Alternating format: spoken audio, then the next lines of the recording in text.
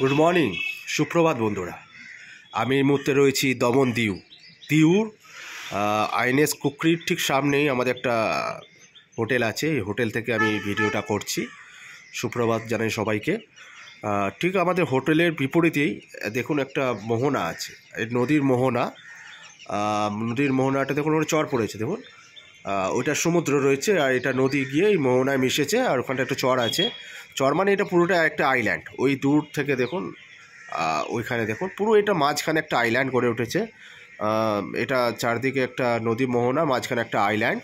এই আইল্যান্ডটা প্রায় একটা শহর কেন্দ্রিক গড়ে উঠেছে। খুবই সুন্দর ব্যবস্থা। এখানে ট্রলার সামনে রয়েছে, মাছ ধরার ট্রলার। যেহেতু এখন বর্ষাকাল, তাই মাছ ধরার ট্রলারগুলো এখন সমুদ্রে যেতে মানা। যেহেতু আরব সাগর খুবই প্রচণ্ড উত্তাল সাগর, তাই মনসুন মানে বর্ষাকালে এই ট্রলারগুলো সমুদ্রে যাওয়া মানা। ছোটো ছোটো ট্রলার দিয়ে এই নদীতে মাছ ধরছে। আর সমুদ্রে এখন মাছ ধরা মানা যেহেতু বর্ষাকাল। তাও কিছু ট্রলার যায়, কিন্তু বিচে নামতে মানে এই আপনার বর্ষাকাল 3 মাস এই দমন দিউ প্রত্যেকটা বিচে স্ট্রিক্টলি মানা, প্রত্যেকটা বোর্ডে স্ট্রিক্টলি মানা। এখানে পুলিশ দিয়ে পাহারা দিচ্ছে। এখানে বিচে কোনো নামার কোনো সুব্যবস্থা নেই বা কোনো অ্যাক্টিভিটি এখন হয় না।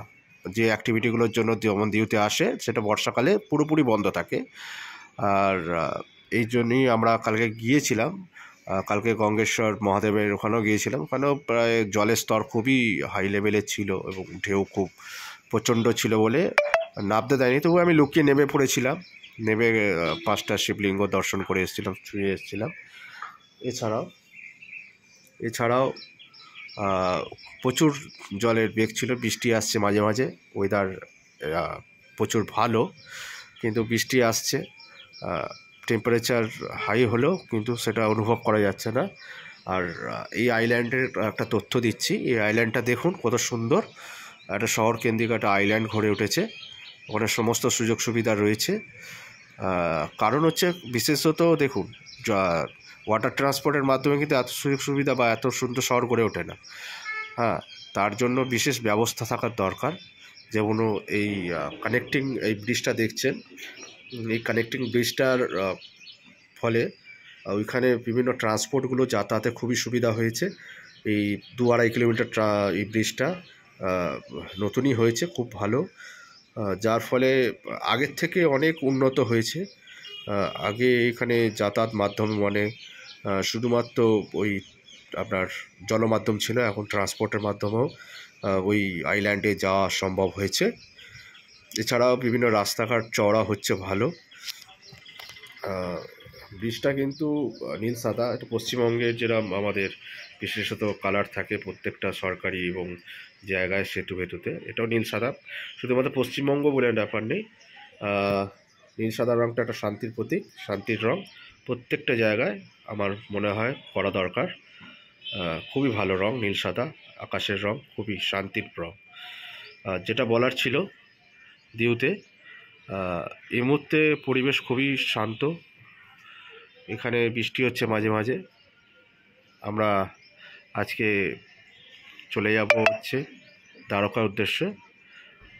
এখানে মোটামুটি সাইট সিনগুলো দেখলাম, চার্চ দেখলাম, আপনার গঙ্গেশ্বর মহাদেব দেখলাম, তারপরে আপনার আইএনএস কুকরি দেখলাম, মিউজিয়াম দেখলাম।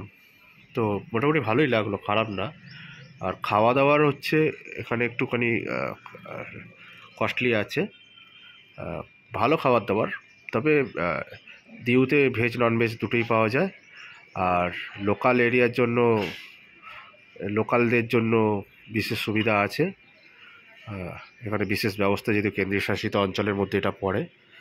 তবে খুবই ভালো, আলটিমেটলি খুবই ভালো। প্রত্যেকটা মানুষজন খুবই ভালো, হোটেলের ব্যবহার খুব ভালো, খুবই ভালো। তো আমার তো খুবই ভালো লেগেছে। আপনারা দেখুন ওই দূরে সেতু থেকে বাস যাচ্ছে, আমি দেখাতে পারছি না। ট্রান্সপোর্টে খুবই সুবিধা হয়েছে সেতুর জন্য। তো প্রত্যেকটা যদি এরকম আইল্যান্ডে সেতু কানেক্টিং হয়, তাহলে ট্রান্সপোর্টের ব্যবস্থা খুব উন্নত হয়। তো আমাদের পশ্চিমবঙ্গে যেরকম গঙ্গাসাগরে একটা ব্রিজ হচ্ছে, যার ফলে আমাদের গঙ্গাসাগর কানেক্টিং আইল্যান্ডটা ট্রান্সপোর্টে খুব সুবিধা হবে আশা করি। জয় মহাদেব। আপনি কেমন লাগছে জানাবেন। কমেন্ট করবেন। Thank you so much.